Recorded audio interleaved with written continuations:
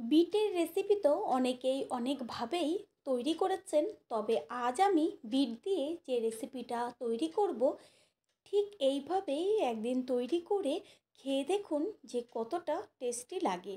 রেসিপিটা কিন্তু একটু অন্য রকমভাবে করব, কিন্তু একদম সিম্পল।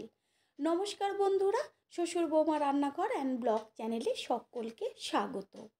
তাহলে বিটের এই রেসিপিটি কি করে করব সেটাই দেখে নেওয়া যাক। রেসিপিটি তৈরি করার জন্য এইখানে আমি দুটো বড় সাইজের বিট নিয়েছি। আর বিটগুলোকে এবার খোসা ছাড়িয়ে একদম ঝিরিঝিরি করে কেটে নিয়ে ফিরে আসছি। বিট একদম ঝিরিঝিরি করে কেটে জল দিয়ে ধুয়ে জল ঝরিয়ে একটি প্লেটে রেখেছি। এরপর এর ওপরে আমি দেব মটরশুঁটি। এই রেসিপিতে অবশ্যই মটরশুঁটি দেবেন। এইখানে আপনারা চাইলে গাজরও সেম ঝিরিঝিরি করে কেটে দিতে পারেন। বিট আর মটরশুঁটির ওপরে ছড়িয়ে দেব 2 চা চামচ বেসন। বেসন দেওয়াতে এত সুন্দর একটা ফ্লেভার আসবে, যেটা নাকি তৈরি করার পর খেয়ে দেখলে বুঝতেই পারবেন। বিট আর মটরশুঁটির সাথে বেসন খুব ভালো করে মাখিয়ে নেব।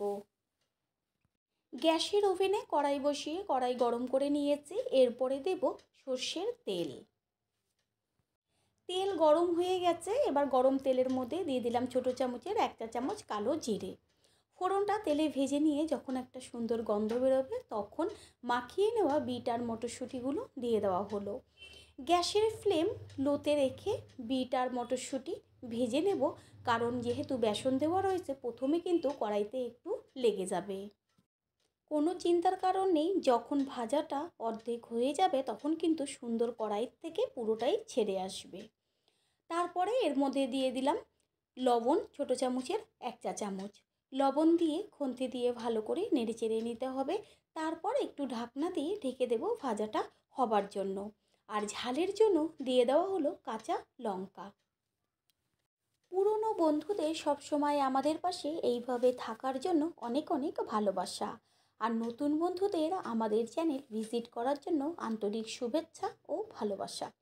আমাদের রেসিপিগুলো যদি ভালো লেগে থাকে সাবস্ক্রাইব করে দেওয়ার অনুরোধ রইল, ও পাশে থাকা বেল আইকনে ক্লিক করলে পরবর্তী ভিডিওগুলো সবার আগে আপনাদের কাছে পৌঁছে যাবে।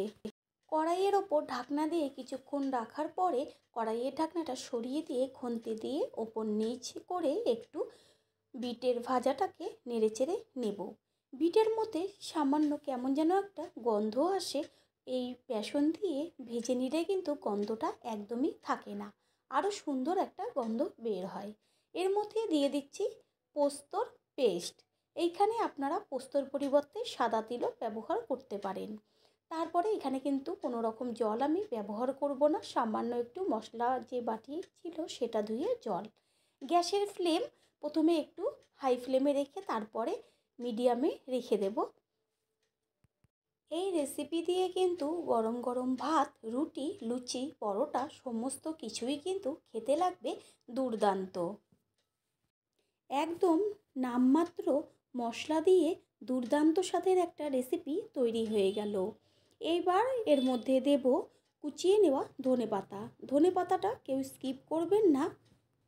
ধনেপাতা দেওয়ার পরে কিন্তু গ্যাস অফ করে দেব। আর ওপরে ছড়িয়ে দেব কাঁচা সর্ষের তেল 1 চা চামচ। কারণ যেহেতু পোস্ত ব্যবহার করেছি, সর্ষের তেলটা দিলে পরে কিন্তু স্বাদ হবে অসাধারণ। এরপর একটি প্লেটে সার্ভ করে দেব। তৈরি হয়ে গেল আজকের রেসিপি। আশা করি রেসিপিটি ভালো লাগলো। আর যদি ভালো লেগে থাকে একটা লাইক, কমেন্ট, পারলে একটা শেয়ার করে অবশ্যই জানাবেন। আপনাদের দেওয়া একটা লাইক ও একটা শেয়ার কিন্তু আমাদের কাছে অনেক অনেক গুরুত্বপূর্ণ। All friend, thanks for watching my video. আপনারা সকলে ভালো থাকবেন, সুস্থ থাকবেন। আবারও দেখা হবে অন্য কোনো রেসিপির এপিসোডে।